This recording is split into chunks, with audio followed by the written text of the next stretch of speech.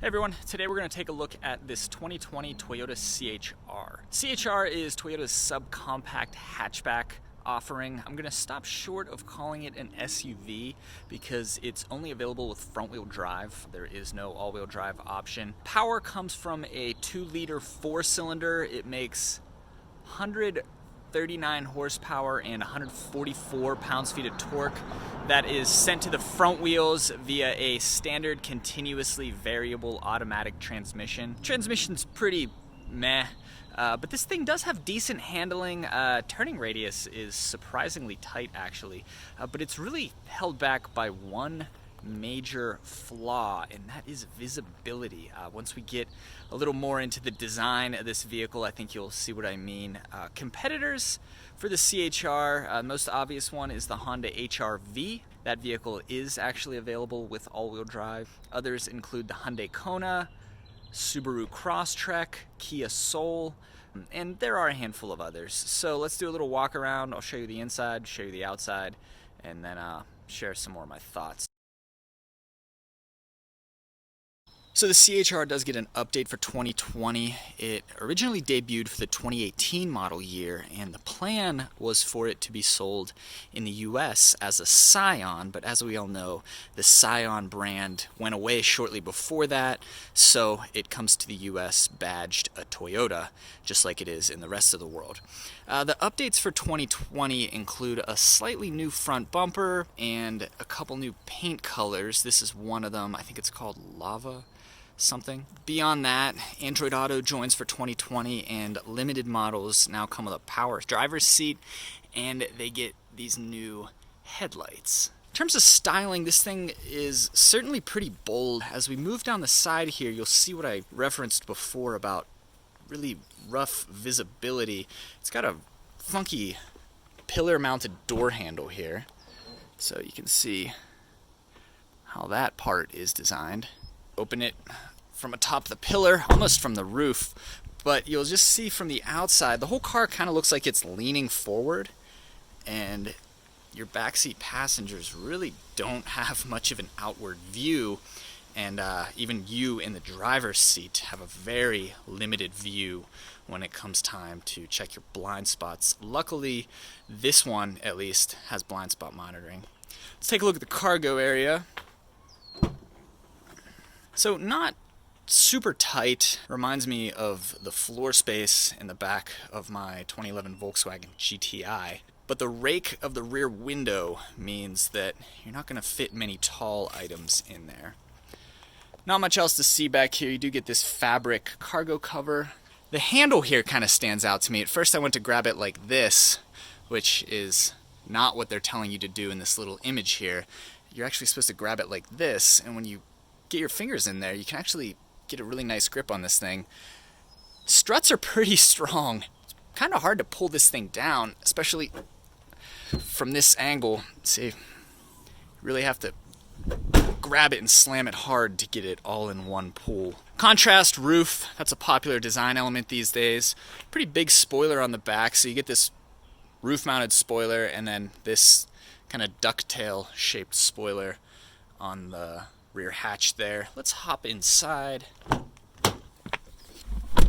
We'll start it up. So this one has a decently modern 8-inch infotainment screen, similar to what you get on other Toyotas. Actually, the same exact screen that you get on a lot of other Toyotas. Android Auto and Apple CarPlay are both available for 2020. I think Apple CarPlay joined for 2019, and then Android Auto is a new addition as of 2020. Toyota was pretty late to the party with Android Auto especially, but finally most of their vehicles have both Android and Apple compatibility.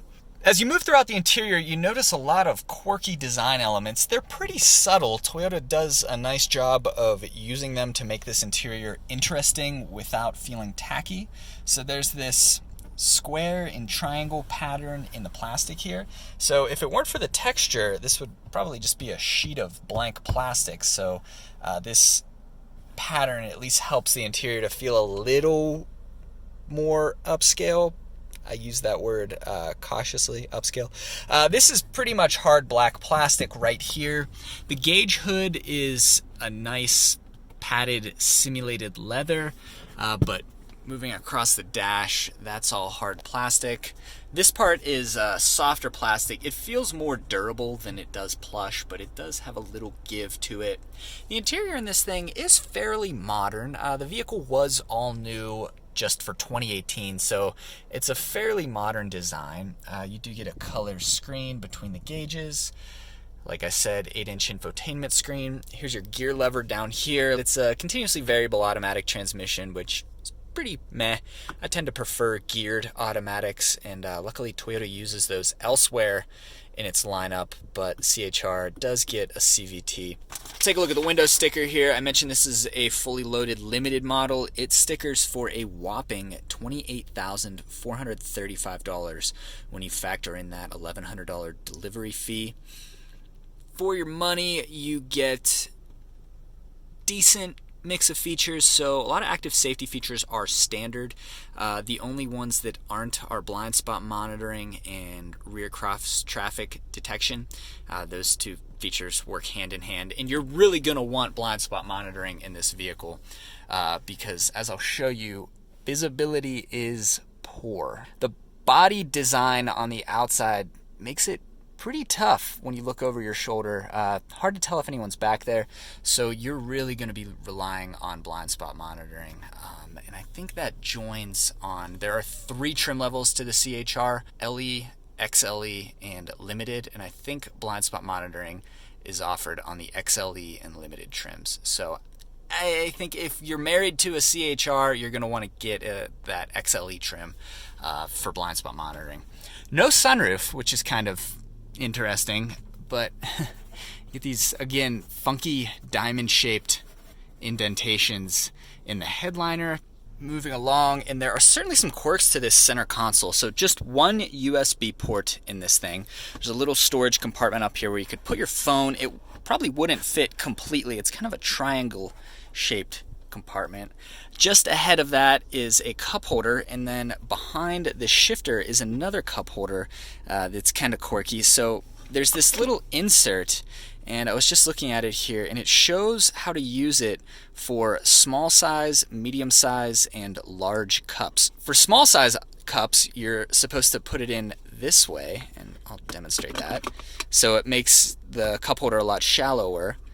Then it tells you for medium-sized cups, flip it over, and there's a little image there that tells you you're on the medium-sized side. So put that in, and it's a little deeper. And then you take the part out completely, which it tells you remove for L size. So you take it out completely, and then the cup holder is a lot deeper, actually, for a large size cup or bottle. Center console is home to some storage, and then just a basic 12-volt outlet. I think that about covers the front seating area. Let's take a look at the back seat.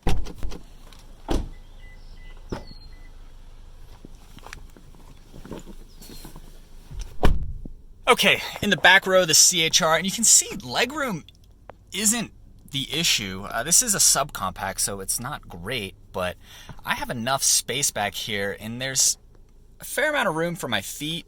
That's as far as they can go out to the left or right, but I don't feel claustrophobic. Little hump right there, but the real problem arises when you go to look out the windows, because there just isn't that much window back here. This is all just black plastic. I mean, even when you get back to, I don't know, I guess we'll call this the C pillar. It's kind of a combination C and D pillar. It's just swaths, acres of black plastic. I mean, especially right here, this just isn't very nice. And if you were the third or fourth or, God forbid, fifth passenger in this thing, it would feel pretty cramped pretty quickly. I mean, here's my view to the left. Not great.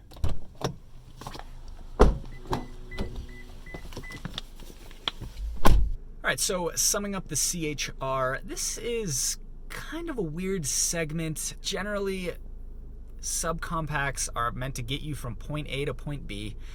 They, more often than not, come as a hatchback, so you get a little extra practicality there. And then if you're willing to pay for like a limited model like this one, which is $28,000 and change, yeah, you get some decent features. And this one, limited, gets you a power seat, better headlights, I guess imitation leather. So more often than not, people shopping in this segment are looking for a vehicle that's going to get them from point A to point B and offer a little practicality. CHR is a decent offering. Again, as with a lot of Toyota products, the real value here is in reliability and resale value, because this vehicle doesn't offer all-wheel drive. You don't get a really powerful engine. Fuel economy is, the more I look at that figure, 29 combined in this segment, it's pretty weak. And then in this vehicle, it has awful outward visibility. So if you're buying a CHR, you're trading all-wheel drive. This thing doesn't offer available all-wheel drive. Fuel economy's meh. Visibility's eh.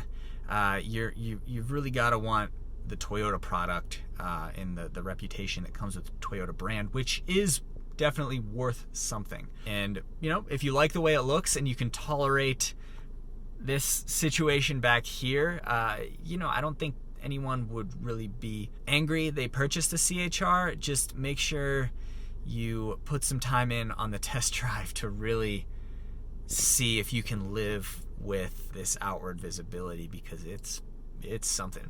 So on that note, CHR, decent offering in a oftentimes forgotten segment. Thank you for watching.